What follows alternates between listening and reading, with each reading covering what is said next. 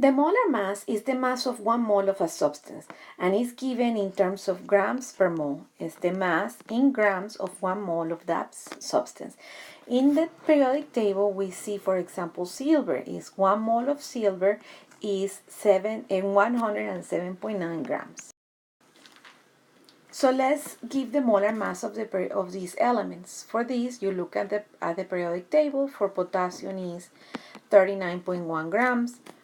For tin is 118.7 grams. For silicon is 28.1 grams.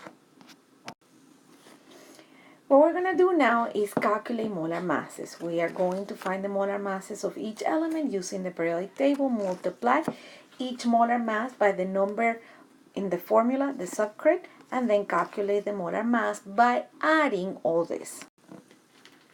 For example, calculate the molar mass of calcium chloride.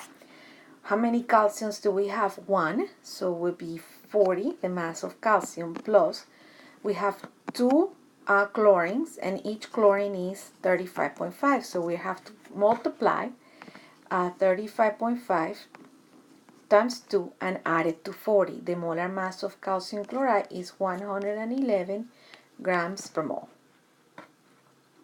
For potassium phosphate, we do the same. 3 times 39.1, that's the molar mass of potassium, plus 30.97, that's phosphorus, and we only have 1, so we don't have to multiply by anything, plus 4 times 16, that's the mass of oxygen. We do the math, and we get 212.3 grams per mole. So here we have a compound, Prozac, so we're going to find the molar mass. So we do the following: 17 times the mass of carbon, that is 12, plus 18 times 1, that's the mass of hydrogen, plus 3 times 19, that's the mass of fluorine, plus 1 time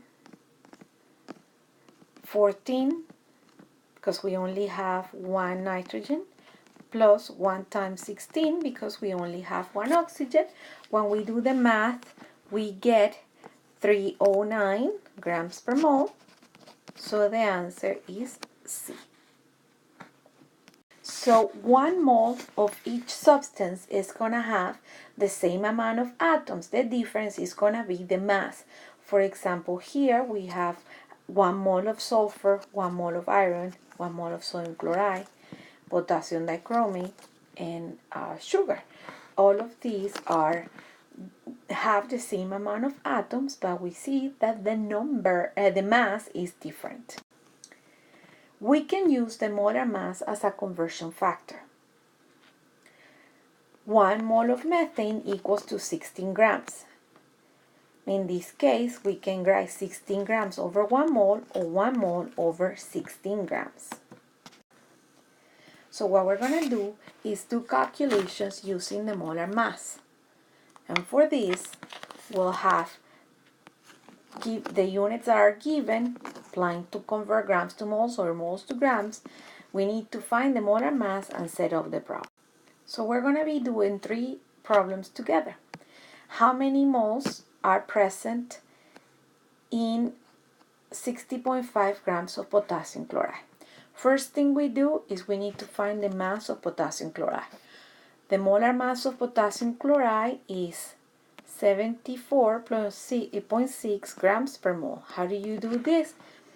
The mass of potassium, which is 39.1, plus the mass of chlorine, which is 35 plus 5.5, sorry. So we're starting with 61.5 grams, and we're going to convert that to mole. We need to write grams here so they can cancel out, and mole here. 1 mole, 74.6 grams, and the answer is 0.872 mole.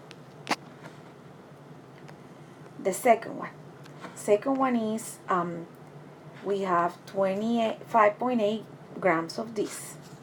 How many moles? So we need to find the molar mass. 2 times 12 and I am doing this using the periodic table, plus 4 times 1 plus 2 times 16, the molar mass of acetic acid is 60 grams per mole. So we're going to start with 25.8 grams. So we have 25.8 grams, and we're going to convert that to moles. We need to put grams here so they can cancel out, and mole in the top. 1 mole, 60 grams. So the answer is 0.430 mole. And for the last one, we're going to use calcium carbonate, and we need to know how many grams is this. So we need to find the molar mass of calcium carbonate.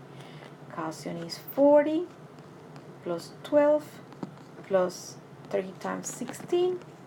The mass of oxygen is, calcium carbonate is 100 grams per mole. So what are we going to do? We're going to set up the problem, and we say 0.320 mole equals 1 mole, 100 grams, and then the answer is 32 grams.